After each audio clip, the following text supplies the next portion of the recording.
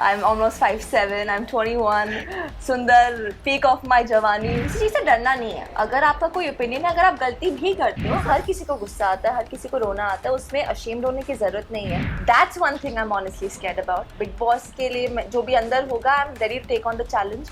But ये एक चीज़ मैं थोड़ा सा डरी हुई हूँ। नमस्कार दोस्तों, मैं हूं मुकेश शर्मा और आपने देखना शुरू कर दिया है टेली चक्कर। और हाँ, थंबनेल देखकर अंदाजा लग ही गया होगा, बिग बॉस के घर की दमदार कंटेस्टेंट अशनूर हमारे साथ हैं।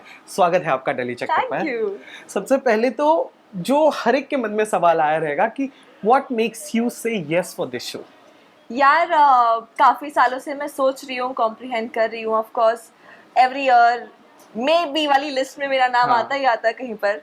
This bar I am going inside the house and the only motivation is to get the trophy, to be the youngest winner in the history of Big Boss, and जनता का दिल जीतना है. I want them to see the real Ashnur, ना ही सिर्फ social media के जरिए, but how I am in real life 24/7, ताकि वो ऑडियंस को देखने को मिलेगा.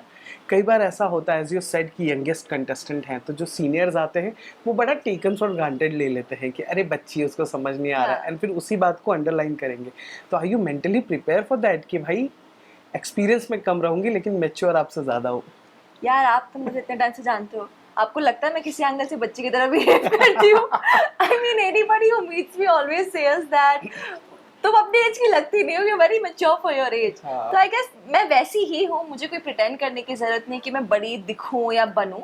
I am that way because obviously आपने बचपन से देखा है मुझे, तो इस इंडस्ट्री में रह रहकर अपने लोगों से इंटरेक्ट कर लेते हो, that you mature before age and you know you can judge people better, you know people better.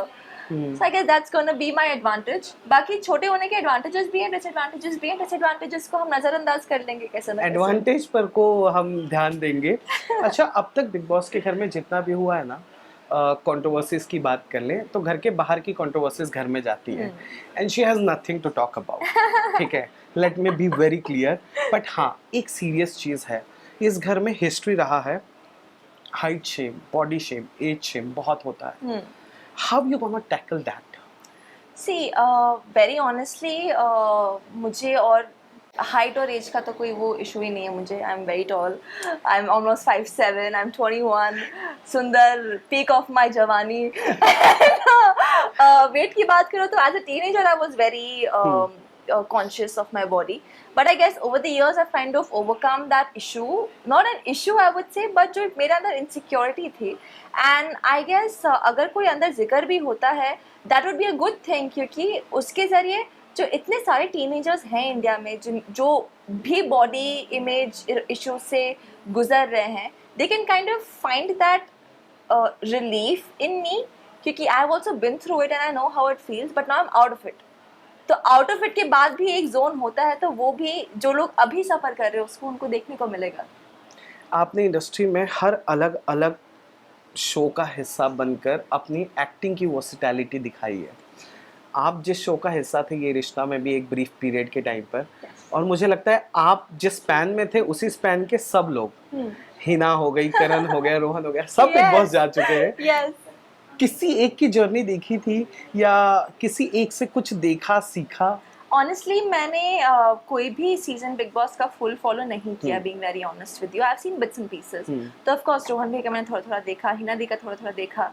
मैं दोनों से मिली, दोनों से बातें की. हिना दी तो she is like an elder sister and I love her so much for that. She literally told me अगर तू जा रही तो मुझे मिलके जा. So I met her, I went to her home, she guided me on a lot of things, and I guess I am just ready to rock and roll. क्या guide किया, अगर एक दो पॉइंट आप बता सके ताकि हमें पता चले कि बिग बॉस की शेरनी ने दूसरी शेरनी को तैयार कर दिया है? भाई ऑफ कोर्स कि शेरनी बनना है, शेल में नहीं जाना है अपने. जैसे आप वो वैसे रहो, एंड किसी चीज़ से डरना नहीं है. अगर आपका कोई ओपिनियन है, अगर आप गलती भी करते हो सो ओन इट अप एंड अपने पॉइंट पे आप डटे रहो. बाकी she also said that fashion के लिए follow your on screen mother.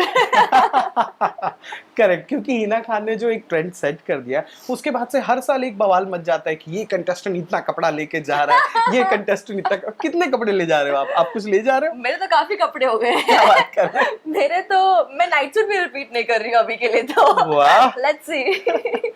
अच्छा, कई बार ऐसा होता है, आप जो बोलते हो, आप जो सोचते हो, वो उस घर में जाकर ना थोड़ा बहुत ऊपर नीचे होने लगता है, क्योंकि इमोशंस राइट स्टेबल नहीं होते हैं उस वक्त.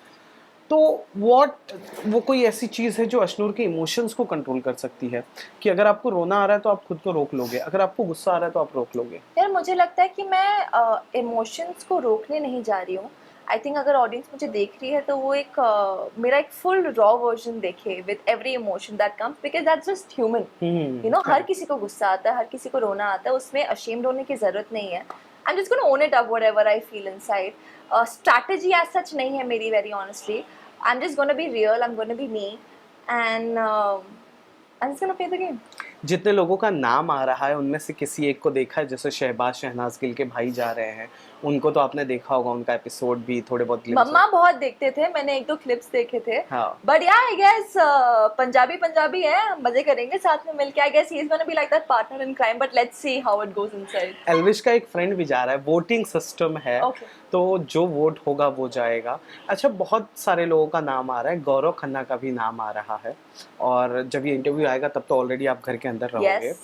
तो एनीथिंग यू हैव टू से ऑन गौरव, क्योंकि ऑलरेडी वो एक इतना लंबा वक्त इंडस्ट्री में गुजार चुका है, हाल ही में एक रियलिटी शो जीता है।